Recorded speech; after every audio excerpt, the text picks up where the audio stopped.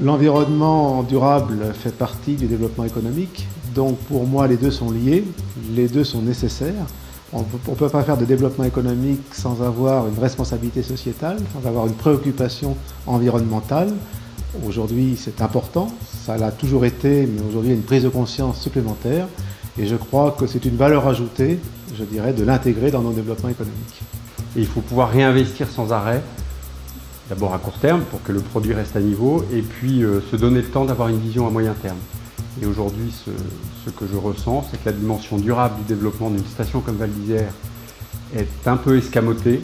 L'avenir du territoire, au-delà d'une saison ou deux, ne les intéressait pas beaucoup. En tout cas, ils n'étaient pas très motivés pour le prendre en charge. Et donc, je crois qu'il faudrait arriver à rassembler tous les acteurs locaux.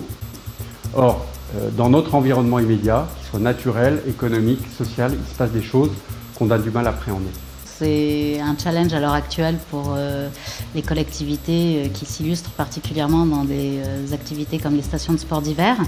Rendre un territoire durable, avant tout, c'est avoir une vision globale de ce territoire-là. C'est vrai que du coup, à l'Alpe d'Huez, il y a une très forte orientation sur toute la politique de mobilité.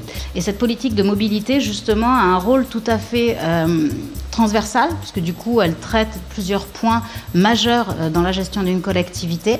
Et puis, dans un but aussi, bien sûr, toujours d'embellissement de l'espace, de la requalification des espaces. Tout ceci pour avoir une mobilité dans la station fluide, agréable, et tout ceci qui concourt à un cadre de vie confortable et performant. Alors, cet outil il a vraiment pour objectif d'aider les porteurs de projets, les collectivités à arbitrer un choix, à vraiment avoir une aide à la décision quand ils hésitent sur un projet. Parce que du coup, la mise en scène du simulateur leur permet de visualiser les effets bénéfiques ou nuisibles sur leur territoire. Pour faire cela, on va rechercher avec eux le meilleur mix parmi leurs projets pour bâtir le scénario de développement final qui sera le plus en adéquation à la fois avec leurs besoins et donc cette logique de RSE. C'est un simulateur qui permet à des structures publiques, des conseils généraux, des stations de sport d'hiver, de pouvoir analyser avant leur prise de décision, quelles vont être les conséquences de leur prise de décision. L'outil permettra bien évidemment aussi de simuler sur du court terme, sur du moyen terme et sur du long terme. EcoRSE s'adresse en priorité aux citoyens à travers les élus, les financeurs, les décideurs qui vont pouvoir, grâce à cet outil, se projeter et décider à partir de scénarios qu'ils auront eux-mêmes construits.